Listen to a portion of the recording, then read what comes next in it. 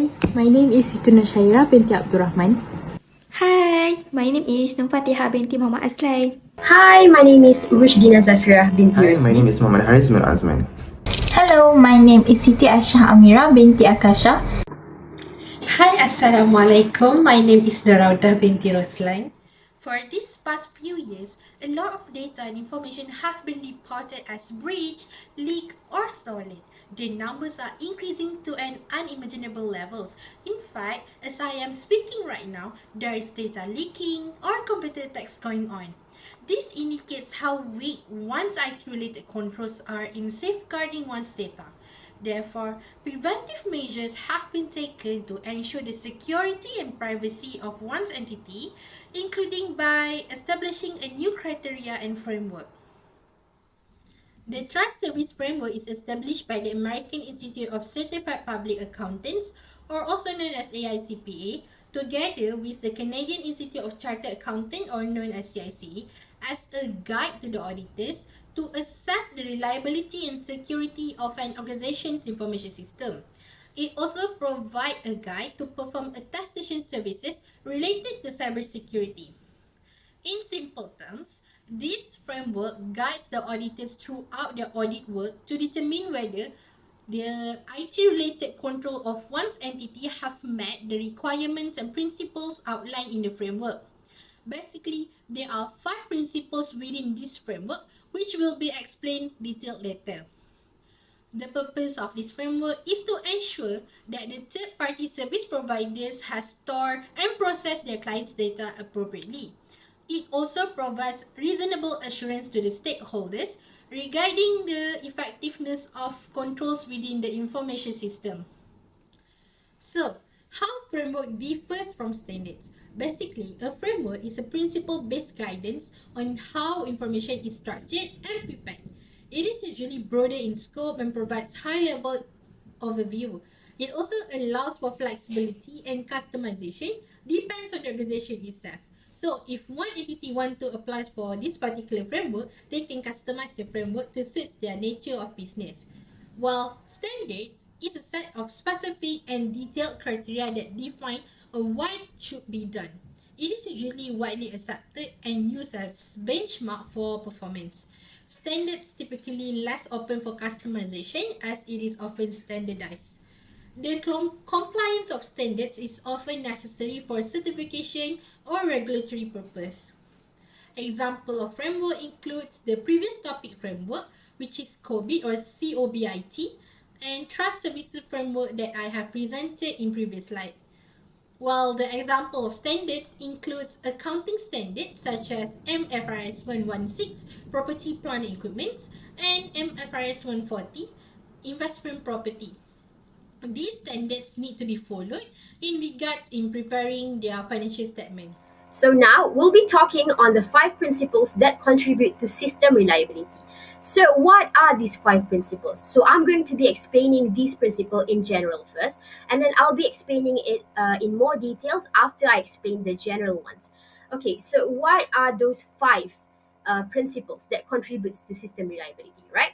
So the first one, we have security. The second one, we have confidentiality. The third one, we have privacy. The fourth one is processing integrity. And last but not least, we have availability. So let us dive right into it, okay? So the first one, I'm going to talk about the security.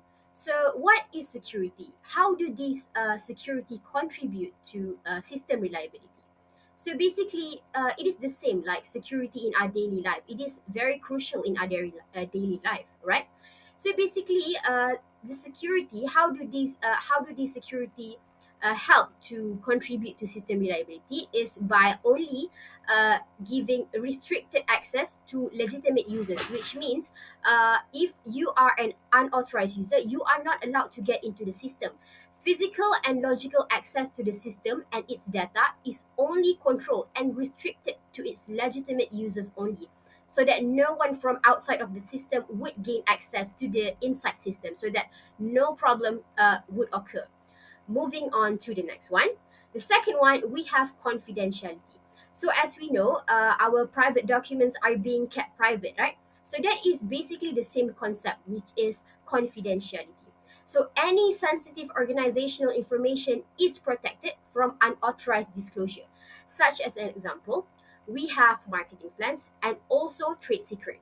So basically, if these informations get out in the public world, get out in the real world, people will take advantage of this information and try to use it in doing and do many bad deeds. So we wouldn't want that to happen.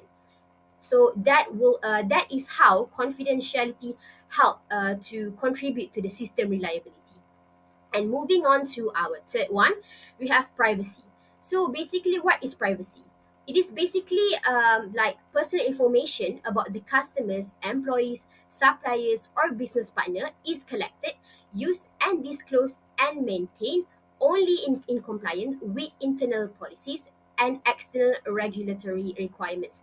Which is if you kept your information, if we kept the customers' information, employees' information, suppliers' information according to the internal policies and external regulatory requirements, then it is protected and it is not being exposed to unauthorized disclosure. So that is how privacy would help to contribute to the system reliability. Next, we'll be talking about processing integrity and how do these processing integrity contribute to the system reliability. So as we know, integrity is the word where it comes with high moral principles. So it is the same when you relate it to the processing integrity. So processing integrity is known as data that are processed accurately, completely, in a timely manner, and only with proper authorization. So that definitely show you the high moral principle in the processing integrity.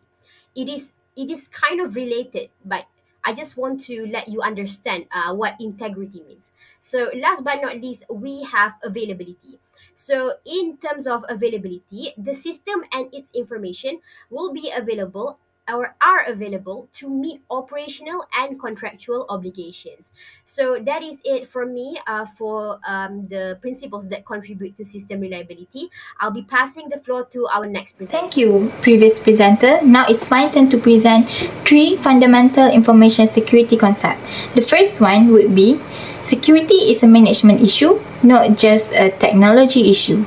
The second one would be people, the critical factor. The third one would be the time-based model of information security. For the first one, security is a management issue, not just a technology issue. Effective information security requires the support of management and the involvement throughout all phases of the security life cycle. What is security life cycle? There are 4 steps in the security life cycle. For the first step, the company should assess the information security related threats that the organization faces and select an appropriate response. For the second step, the organization should develop information security policies and communicate them to all employees. The third step would be acquire and implement specific technological tools. The fourth one would be monitor performance to evaluate the effectiveness of the organization's information security program. Now, let's move on to the second fundamentals information security concept. Now, I will continue this presentation by providing our group's opinion on this statement. So, the statement is, do you agree that security is a management issue rather than a technological issue? And we all agree that security is a management issue as the active involvement of senior management is essential. Now let's begin by examining the first key point, which is the responsibility of senior management in choosing the appropriate risk response. These responses include reducing, accepting, sharing, or avoiding risk based on the organization's risk appetite. It is senior management's duty to make decisions that directly impact the allocation of resources for information security, and therefore their involvement and guidance in this aspect are important. Now let's move on to the second key point, which focuses on the development and communication of information security policies. Senior management not only plays a significant role in formulating these policies but also has the authority to decide on sanctions for non-compliance. Their active support is necessary to effectively communicate and enforce security policies throughout the organization. And moreover, their involvement ensures that training efforts align with the organization's priorities and goals. Moving forward, let's explore the importance of senior management's authorization regarding resource allocation. As technology evolves, organizations must invest in acquiring or building technological tools to reduce security threats and achieve the desired level of security. So, management's approval and investment of resources are important for the successful implementation of these tools. Without their authorization, the information security program may lack the necessary support and resources to protect our organization. And the last key point is the monitoring of performance and adaptation of the information security program. Okay, it is the responsibility of senior management to regularly assess the effectiveness of our organization's security measures. By actively monitoring performance, they can identify potential gaps or vulnerabilities, assess the risk response, and make necessary changes to policies and solutions. And this continuous evaluation ensures that our information security program remains firm and adaptive in an ever-changing threat landscape. All in all, involving senior management in information security brings additional benefits to us. Okay, their involvement helps overcome potential communication challenges within an organization. It fosters cooperation and collaboration among different functions and departments. And by working together, we can establish a more unified and comprehensive approach to safeguarding our critical assets. And ultimately, their active participation improve the overall effectiveness of our information security program. So that's all from me. I'll pass back the baton to Aisha. For the second concept, which is people, the critical factor. Training is a critical preventive control as employees must understand and follow the organization's security policies. All employees should be taught why security measures are important to the organization's long-run survival. There are some good security measures include the first one, never open unsolicited email attachment. The second one, only use approved software.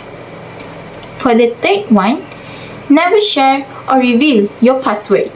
For the first example, take steps to physically protect laptops.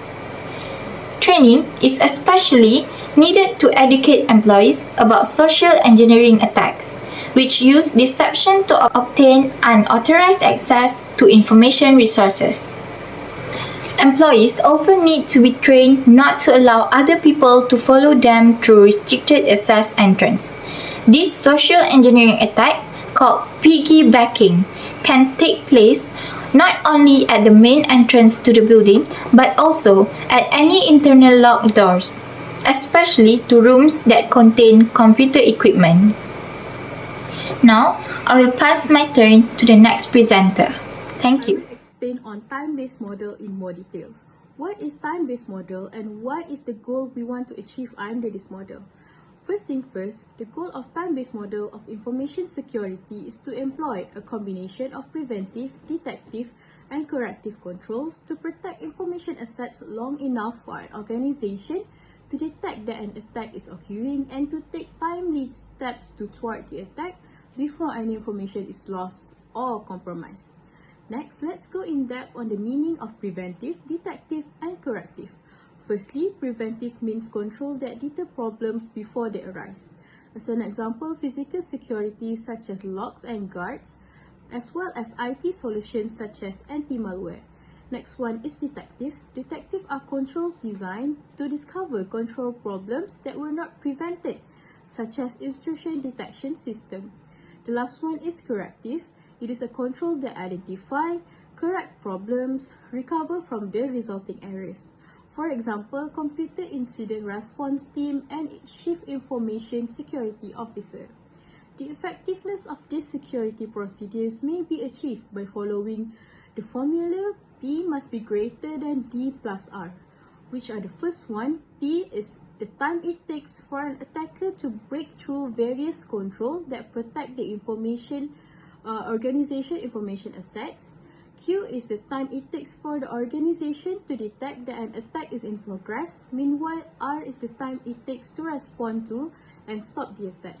If the equation is satisfied, then the organization information system are considered as effective.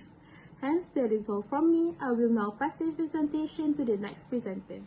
Now, I will be presenting the strategy that should be implemented to achieve that goal by employing the strategy of defense in depth, which entails using multiple layers of controls to avoid having a single point of failure. Defense in depth recognizes that although no control can be 100% effective, however, the use of overlapping, complementary, and redundant controls will increase the overall effectiveness. If no one control fails or gets circumvented, another will succeed. Now we will look at an example. The situation is management may be considering the investment of an additional 100,000 to enhance the security. There are three options that management can choose. The first option is management can purchase a new firewall that will increase the value of P, which is preventive by 10 minutes. The second option, management can upgrade the organization's intrusion detection system in a manner that would decrease the value of D, which is detective, by 12 minutes.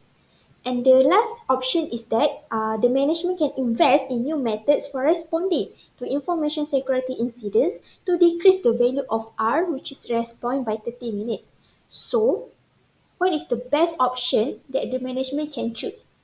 The most cost-effective way is that the management can invest in additional corrective controls that enable the organization to respond to attacks more quickly.